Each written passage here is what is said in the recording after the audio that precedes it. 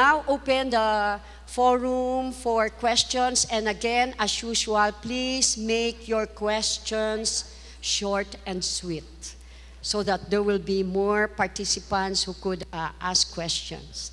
Thank you. Thank you very much. Good morning again.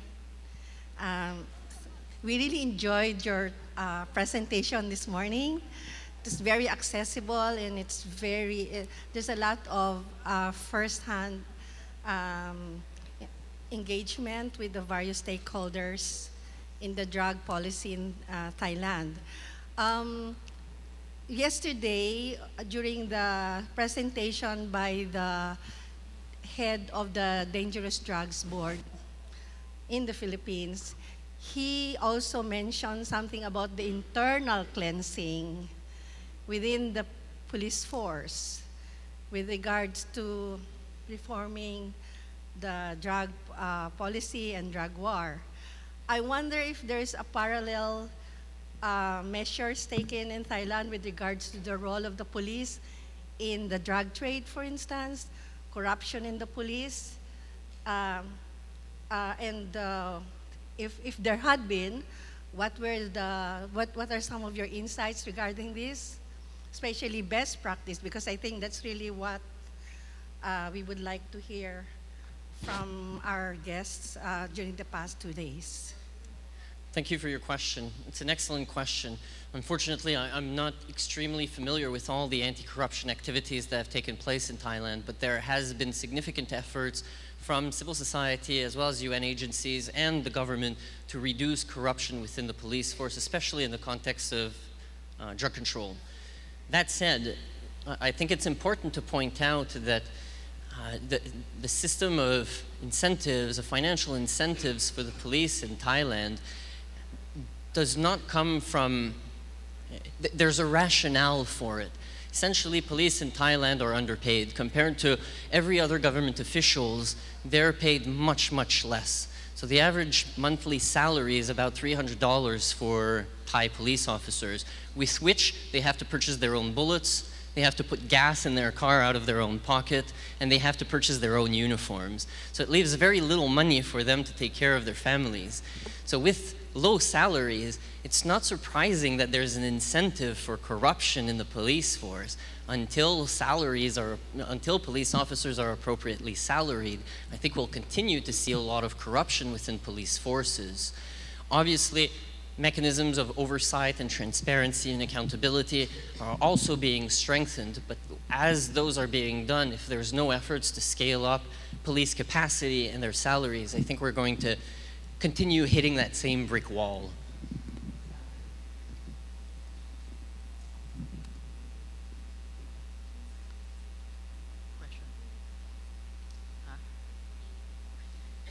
Hi, good morning. I'm Luis Hidalgo from the Center for Media Freedom and Responsibility.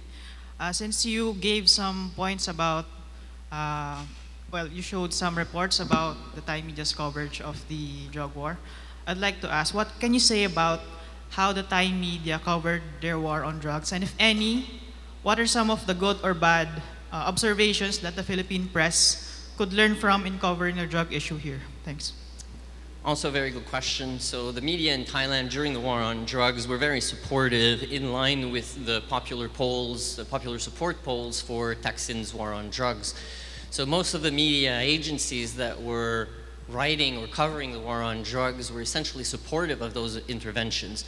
Questions were raised about human rights abuses, especially pointing to UN agencies and other international organizations that criticize the Thai government. So again, the approach of the media is similar in Thailand to that which is being implemented in the Philippines. That said, I think the Philippines has been a lot more critical of the war on drugs than the media in Thailand during that same campaign. So I think the Philippines has more lessons learned to share with Thai media than the other way around.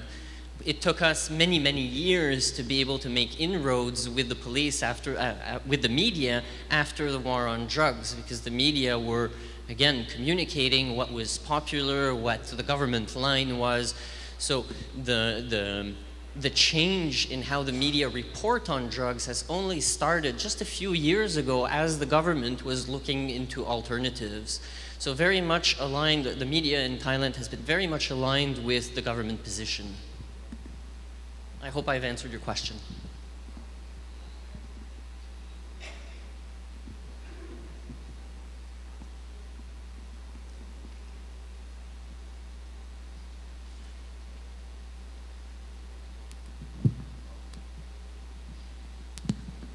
Thank you very much for your presentation. I have to say I found the presentation by all the experts since yesterday really extraordinarily helpful and useful for me, and I hope for others as we try to think through the next steps. So thinking about the next steps, my first question is, was there a moment or a specific event in Thailand that forced or pushed the government to endorse or to realize that the war on drugs was not working? Was there something particularly important for that consciousness to really occur? And my second question is related to the presentation we heard yesterday from the chair of the Narcotic Bureau, who presented to us what he intends to present to the government in terms of the next 5-year plan, I think, or the next strategy. What do you think of that? Is it a good way forward, and can it be supported or strengthened further? Thank you. Very good questions. Thank you for that. To your first question, I think one of the key events that triggered that realignment of the paradigm on drug control in Thailand was at the 2016 Ungas on the World Drug Problem, where the Thai government, I think, saw that there was a growing critical mass of countries globally that acknowledge the failures of the war on drugs and that are looking for alternatives to war on drugs and law enforcement-driven policies. So I think the Ungas on drugs was especially important for the Thai government to make that switch in their discourse. Your second question was how we can support. So I think, first of all, that the Dangerous Drug Board strategy, I've not seen it, but from what I understand, it's focused on supply and demand. So already, there's one of the core pillars of drug control that is not incorporated, harm reduction. And this pillar is the most well documented and studied. The most effective interventions, the most cost-effective interventions are part of the harm reduction pillar. So for the DDB to claim that their policy is the most comprehensive and evidence-based in Asia, I think that's not exactly accurate, first of all. Secondly, from what I understood from what Mr. Reyes was presenting yesterday, it sounded like it's the president who is advising the Dangerous Drug Board on what strategies to implement. But from my understanding, the Dangerous Drug Board is staffed with experts on drug issues. So how come a non-expert is advising the experts on what should be done? Shouldn't it be the Dangerous Drug Board that advises the president on what policies they should be implementing? So I leave you with that question to carry on your advocacy.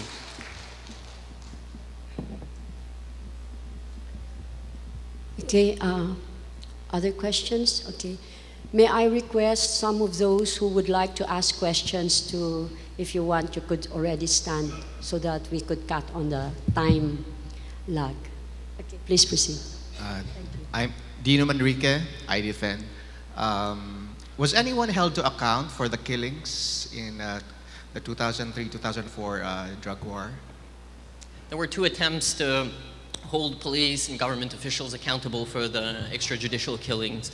As I understand it, fewer than 10 police officers were brought on trial, and the trial has not concluded yet. So officially, no one has been held accountable. No one has been held responsible legally for the abuses of power that have been perpetrated in 2003 and 2004.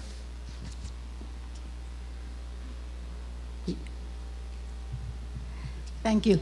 I'm Ethel Rosales. I used to chair the Commission on Human Rights, and I had a very short stint as the Philippine representative to the ASEAN Intergovernmental Commission on Human Rights.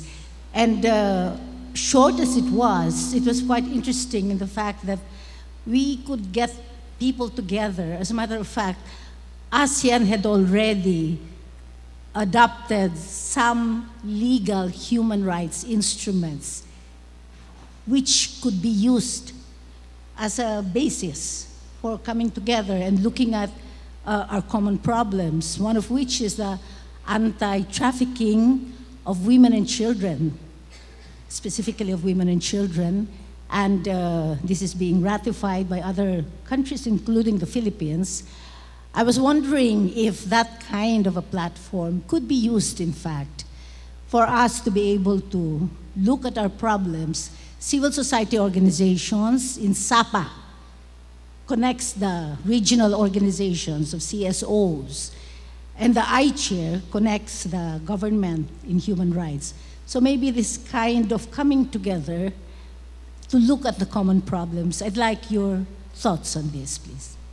Thank you for that. I think, yes, it's important to use every mechanism that is at our disposal to push advocacy and to advocate for policy change. So certainly if there is an interministerial or intergovernment human rights task force, yes, I think it would be useful. I'd like to clarify my comment. In my experience, 15 years working in this region, ASEAN has not engaged on drug-related issues beyond the law enforcement angle.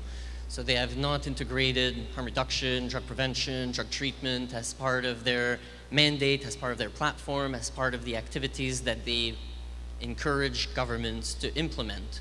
So what we have within ASEAN is a very strong ASEAN senior official on drugs, which is mostly police chiefs and police commissioners that meet to discuss how to collaborate between countries to eradicate drugs. The mindset within ASEAN is still very much around eradication, which we've seen has not produced the results that we're expecting. In fact, I would say in my experience that ASEAN as a regional mechanism has been more of a hindrance than a facilitating mechanism to address those kinds of issues. That said, again, the Human Rights Commission is perhaps different than the other mechanisms within ASEAN.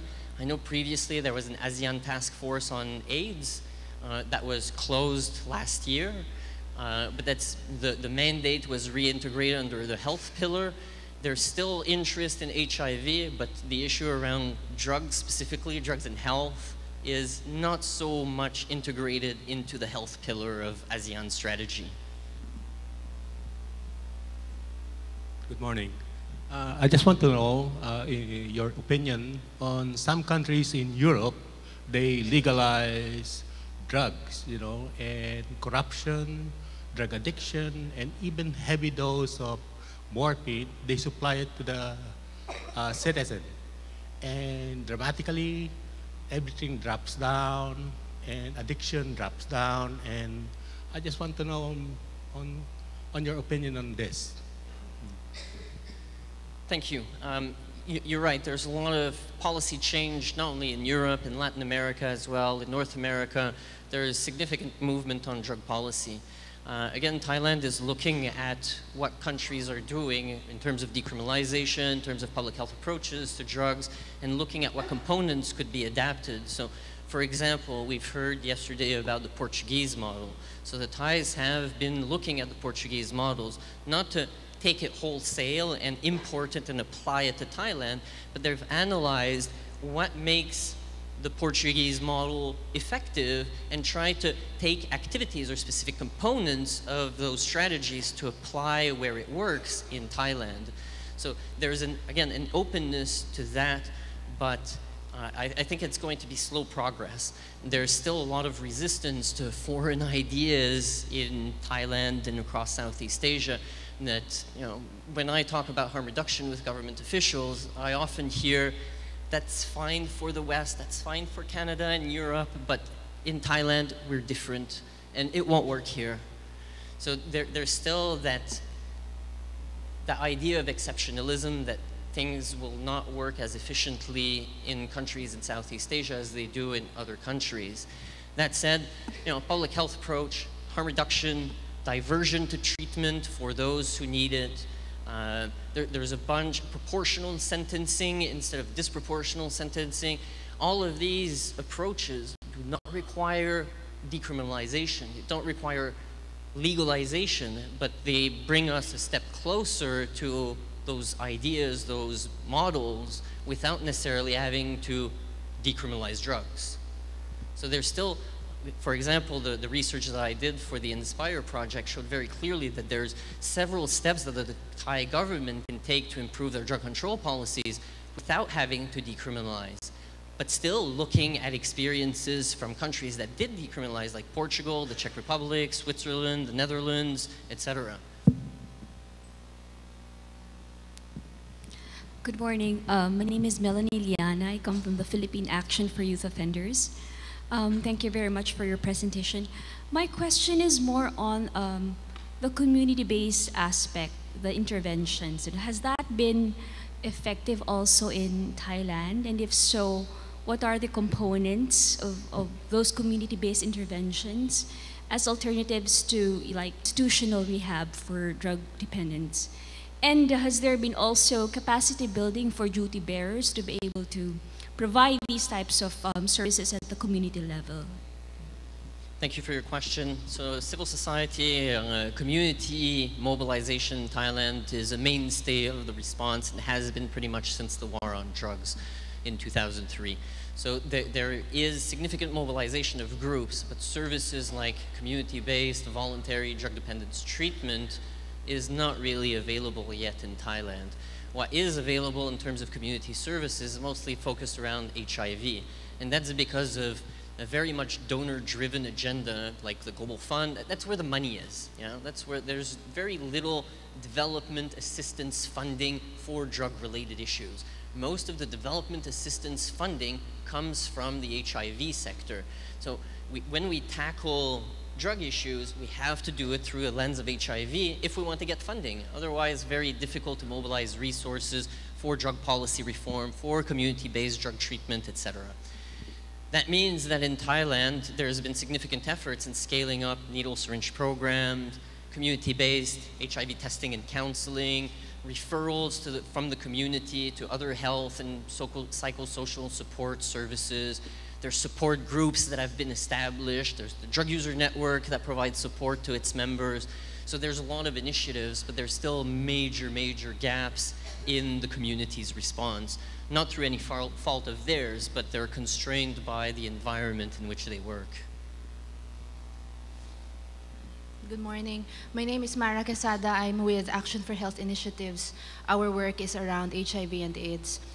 Since yesterday, I've actually been missing the perspective from the community. The community of people who use drugs. And I understand that it's not a safe environment for them to come out and speak out. But I was wondering, since Pascal, you've had an opportunity to work with communities, do you have experiences that we can draw from as lessons or inspirations in how communities can actually either change the narratives around drug use and change policies eventually? It's a very good question. Thank you, Mara. There has been some successes and examples of good practice in Thailand. So even though I think one of the most important things for civil society to focus on is persistence, because things don't change overnight. It takes a long time. And if people were convinced by evidence, we would have changed the world already. So if evidence is important, but it's not sufficient, there is a need for much more to be done. And we used champions. One particular example I'd like to give is we identified a senior Thai police officer who became our law enforcement advisor in our project. So when the police would harass our clients or the outreach workers, they'd pick up the phone, call our law enforcement advisor, who was a senior police officer, and talk police to police, and usually the police backed off because they were told by another senior police officer to leave us alone. So that's been very effective. We've also had some successes in changing the policies. The harm reduction policy that was passed in 2013 and 2017, I'd say is a direct result of civil society advocacy in Thailand. But that advocacy for policy change took well over 10 years to generate the results, to get the policy. And again, our work is not finished because the policy didn't come with an operational plan, with a budget, with indicators or targets. So there's no meat around the bone, essentially, for actual service delivery to take place or to be facilitated at community level. Just a follow-up. I get the part of the civil society and how we need to keep moving forward. And admittedly, there isn't a lot of civil society organizations in the Philippines that have that level of expertise on drug use issues. And these kinds of forums would actually give us the opportunity to come together and also learn some more. But I'm talking more about the communities themselves, because my work in HIV/AIDS has always pushed us to make sure that the communities are the ones who are at the forefront of the advocacy. And it's very difficult to do that with drug users, given that they're criminalized. And I was wondering if there has been efforts that have been successful in how bringing the communities forward has actually resulted in changes that benefit them directly, rather than, you know, I mean, pushing it further than just having civil societies in front. Is that possible? So specifically, when you talk about community, you're talking about people affected, people who use drugs, yeah? So yes, there's been a lot of advocacy also by people who use drugs. When I talk about civil society in Thailand, it's almost interchangeable because most of the civil society groups are peer-based groups that do the advocacy. So the Ozone, the organization I work with, it's a civil society organization, but 80% of our workers are people who use drugs, or are actively using drugs, or have used drugs in the past. So they're very much involved and embedded in the civil society. There were particular groups, like the Thai AIDS Treatment Action Group, that one particular person, the director, was a drug user living with HIV, who had was able to mobilize significant media attention with support from international partners, and he stayed in the limelight for many years as kind of a respondent. Every time the government made a statement, the Thai AIDS Treatment Action Group would respond with one of their statements. Some of these were helpful, some were not necessarily helpful. At sometimes these statements have actually polarized the debate rather than building opportunities to find common ground. So I think it's important when we do advocacy, especially with communities, that, as you were saying, that proper capacity is provided to those individuals before we put them on stage to speak and might harm themselves and harm their own communities. So very much important to involve meaningfully people who use drugs in the response always at every step, whether it's in policy reform or service delivery, design of projects or evaluation of projects. People who use drugs need to be involved, but to be meaningfully involved means that they need to be capacitated, they need to be informed, they need to be capacitated, and ultimately they need to be confident. If we're putting people up on stage who are not confident, if we're putting them in front of media, it risks backlashing against them and against the work that we're all doing. Good morning, RP Santiago from Ateneo Human Rights Center. I have 3 short but related questions. First, the change in the drug policy in Thailand, did it happen during the administration of Prime Minister Thaksin, or was there another administration that came in? And my 2 related questions there: what agency within the government or who was instrumental in this change in the drug policy? And the last is that you presented that there was a very high popularity rating for the war on drugs there. How was this perception by the people managed as well? Thank you. Thank you for your questions. So the first one, the policy changes that happened were after the Prime Minister Thaksin Shinawatra left his position. And I don't know if you remember, but he was ousted as the PM and even indicted as a terrorist for Thailand, and he's been refused access to return to the country. So very controversial personality, but the changes in drug policies took place after he left. Your second question was? Who was instrumental? In the past couple of years, surprisingly, the departments or agencies that were most influential in changing policies was the Ministry of Justice.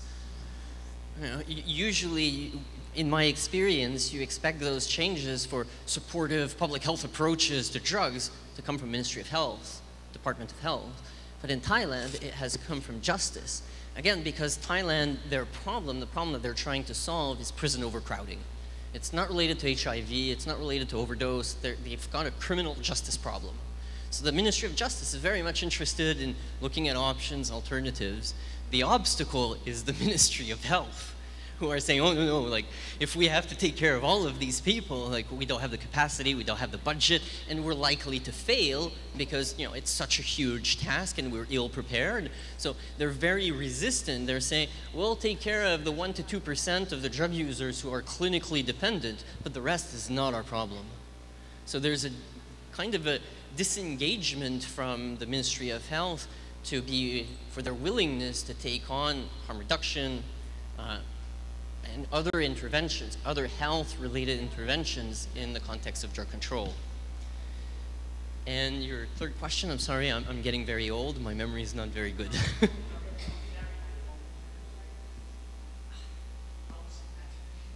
That's a tough question.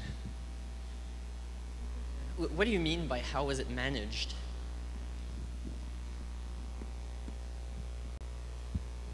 Because the perception of the people is that a tough anti-drug campaign would actually solve the problem.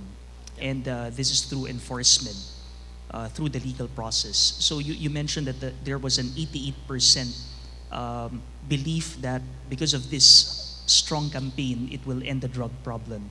So with the change in the policy, was this accepted by the people? How was it explained?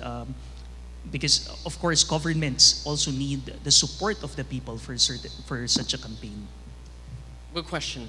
There's not a lot of public support yet. There is some education that's being done by the media. I think the media are now moving towards more supportive towards those alternatives, but there's still considerable resistance from the population.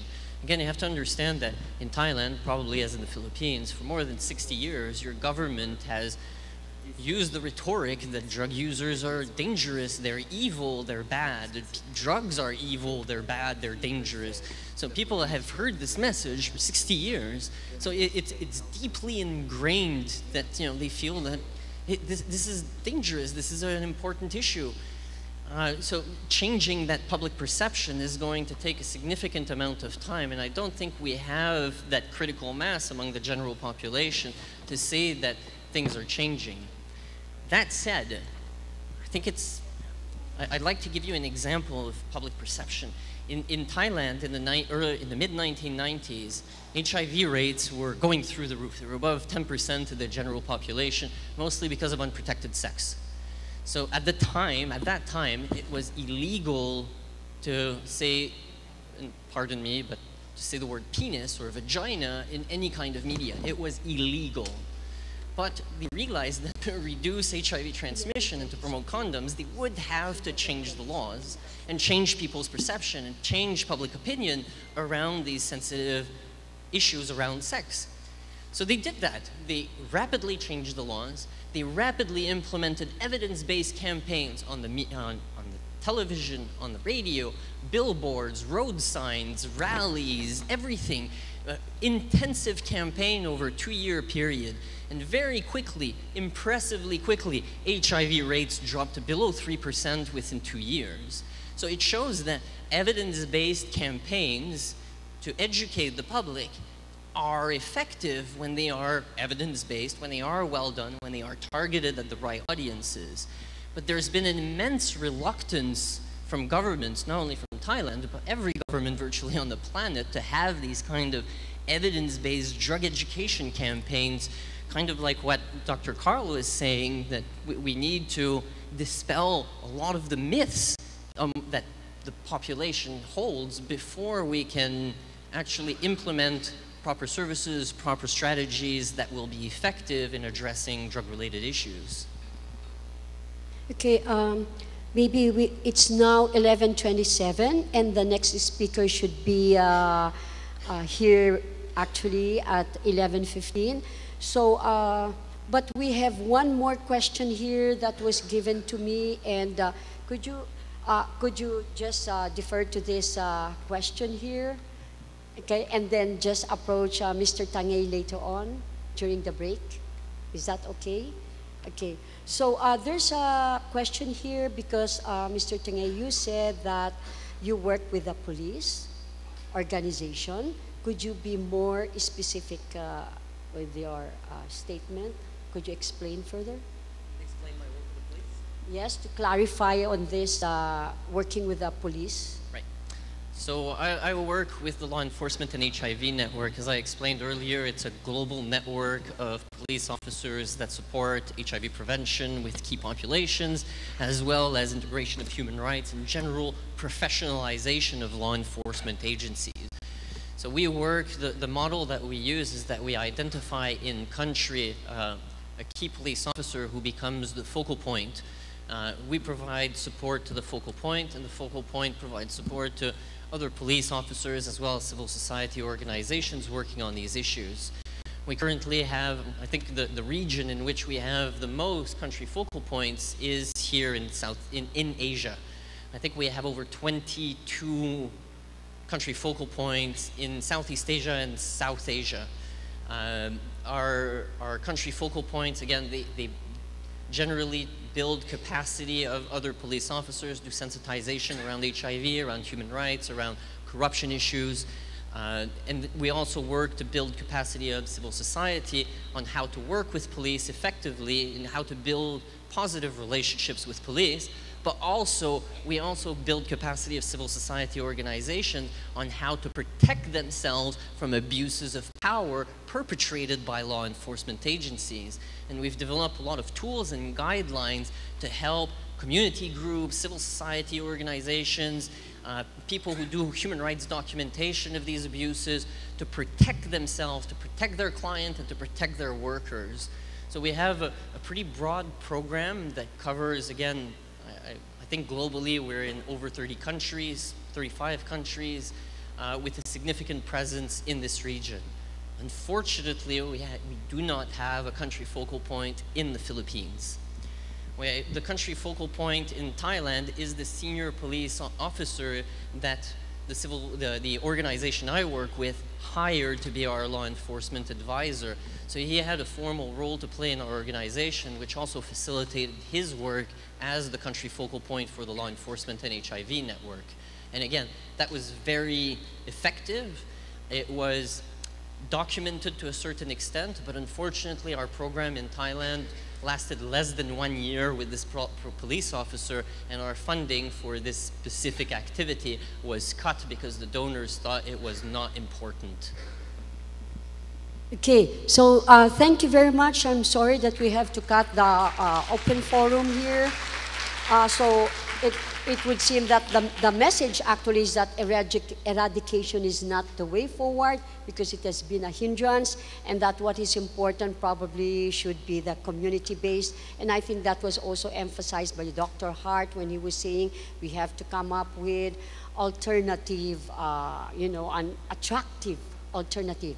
And so may we call on Dr. Cora de Ungria and Attorney Jose Miguel Jokno to please present our token gift of appreciation to Mr. Tangay.